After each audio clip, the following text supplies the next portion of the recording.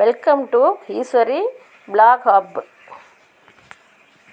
வாங்க, இன்றைக்கி நிறையா மழை பெஞ்சிருக்கு, நிறையா பனியாக இருக்குது.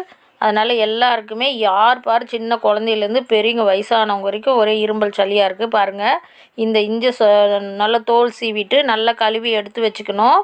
எடுத்துட்டு அந்த பாரு கல்லோ அம்மியிலையோ இதை நல்லா பாருங்கள் கொட்டிக்கணும். நல்லா நைஸாக நல்லா கொட்டிட்டு நல்லா இந்த கல்லில் கொட்டினீங்கன்னா அம்மியிலையும் தட்டிக்கலாம். கொட்டியாச்சு பாருங்கள்.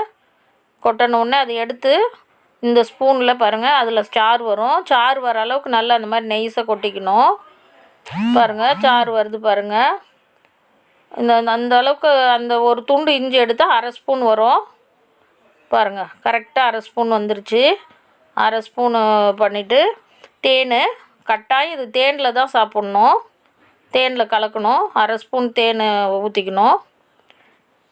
இது உடனே கேட்கும். இது நல்ல ஈஸியான மெத்தேடு.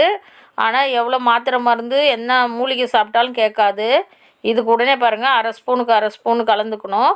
கலந்துட்டு நாம் நாக்கில் வச்சு அப்படியே முழுங்கிடணும். தண்ணி குடிக்கக்கூடாது. கொஞ்சம் நேரம் ஒரு 15 வயசு மேலே இருக்கிறவங்க அரை ஸ்பூனுக்கு குடிக்கணும். சின்ன குழந்தையாக இருந்தால் 1/4 ஸ்பூன் தேன் கலந்து கொடுக்கலாம். 5 வயசுக்கு மேலே நீங்கள் கட்டாயம் இதை செஞ்சு சாப்பிட்டு பாருங்கள். சளி, இரும்பல், அந்த தொண்டை கரகரங்கிறது ஃபுல்லாக நின்றுரும். நீங்கள் இதை சாப்பிட்டுட்டு எனக்கு லைக் பண்ணுங்கள், கமெண்ட் பண்ணுங்கள்.